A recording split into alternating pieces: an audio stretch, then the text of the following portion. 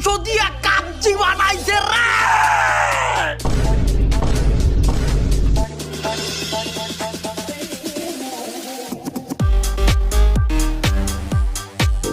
পচা মাংস? পচা মাংস?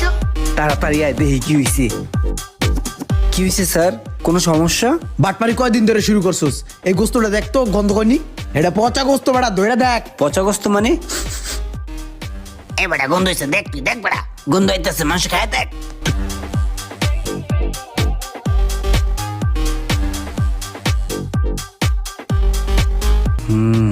গন্ধ গন্ধই তো লাগতেছে। আরে মাংস তো সত্যি গন্ধ। এই যে দেখছস, ঠিক মতন গিলতে পারতাছস না, কারণ মাংস পচা।